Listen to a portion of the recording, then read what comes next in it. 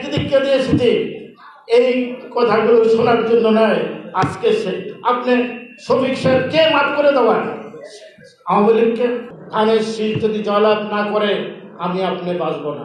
কারণ যারা আজকে বেহেশতের টিকিট পাচ্ছে ৭১ সালে যেভাবে আমাদেরকে হত্যা করেছে তারা আবার আমাদেরকে হত্যা করবে, এর থেকে কোনো মুক্তি নেই।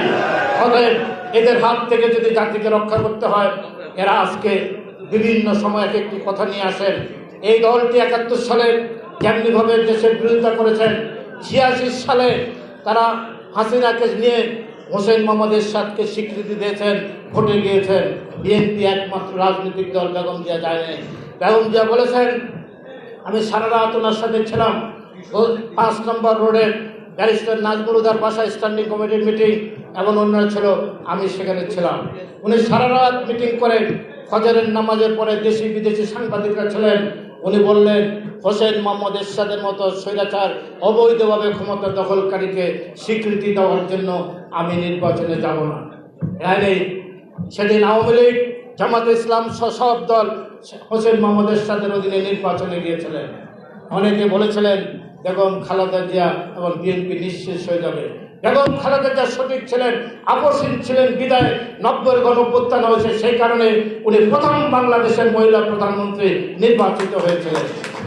আমরা আবার দেখলাম আজকে যারা বেহেশতের টিকিট পেয়েছে তারা বিএনপির সাথে আসলেন, আবার একটি তত্ত্বাবধায়ক সরকারের দাবি তুললেন পার্লামেন্টে। ৯৫ সালে হাসিনার সাথে ঐক্য করে ১৭৩ কর্মদিবস হরতাল, অবরোধ, ধর্মঘট করেছেন, বিএনপির অফিস চালিয়েছেন। এই আওয়ামী লীগ এবং জামাতে ইসলাম একত্রিতভাবে সংসদের বিরোধী দলের আসনে মাঝখানে বসে আছেন শেখ হাসিনা, ডান পাশে মতিউর রহমান নিজামী, বাঁ পাশে আলী হাসান মুজাহিদি, তারপরে জাতীয় পার্টির অন্য পার্টির নেতারা।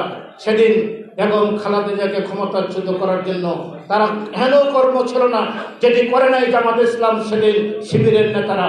সেই কারণে ১০০ বছর আওয়ামী লীগ বাংলাদেশের ক্ষমতা আসতে পারত না জামাতে ইসলাম যদি ৯৬ সালে এই কাণ্ডটি না ঘটাতো।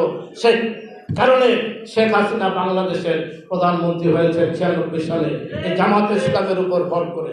অতএব সব সময় তারা আবার আমাদের সাথে আসলেন। ৫ই আগস্ট আমাদের নেত্রী যখন তারেক রহমান গ্রেপ্তার হন, ওনারা বললেন আমরা তো কোনো দুর্নীতি করি নাই, আমরা ফেরেশতা। যখন আবার ওনাদের নেতারা গ্রেপ্তার হলেন তখন আবার বেগম খালেদার কাছে দৌড়ে গেলেন। আজকে এই জুলাই আগস্ট বিপ্লবের ৫ তারিখের পরে তাদের নেতা জনাব শফিকুর রহমান হঠাৎ করে বলে বসলেন, আমরা মহামানবতা বিশ্বাস করি, আমরা সবাইকে মাফ করে দেব। আরে লোক মারা গেল, আমাদের ১৭ বছর আগে আমরা ছিলাম, আমাদের ২০,০০০ নেতা কর্মী মারা গেছে, ২,০০০ নেতা কর্মী গুম হয়েছে। আপনাদের কটা নেতা কর্মী গুম হয়েছে? আমাদের ১৭ বছর ৬৫ লক্ষ নেতা কর্মীর বিরুদ্ধে মামলা।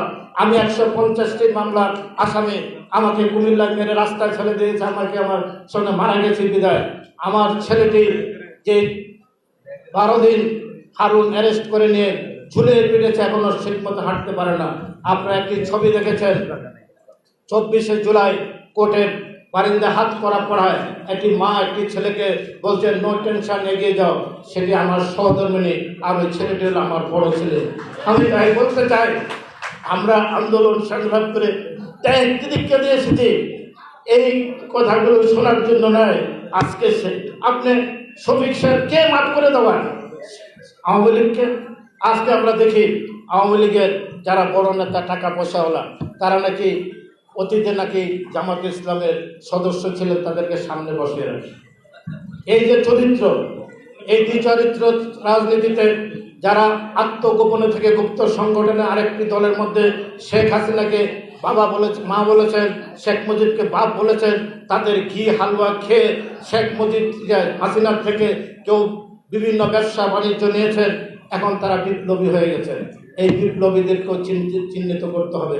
অতএব রাজনীতিতে যাদের নৈতিকতা নেই, গুপ্ত সংগঠন থেকে আরেকটি দলের ছত্রছায়া থেকে তারা জাতিকে কিভাবে নেতৃত্ব দেবে? অতএব এদের হাত থেকে রক্ষা করতে হলে জাতিকে ধানের শীষের কোনো বিকল্প নেই, তারেক রহমানের কোনো বিকল্প নেই, বেগম খালেদা জিয়ার কোনো বিকল্প নেই।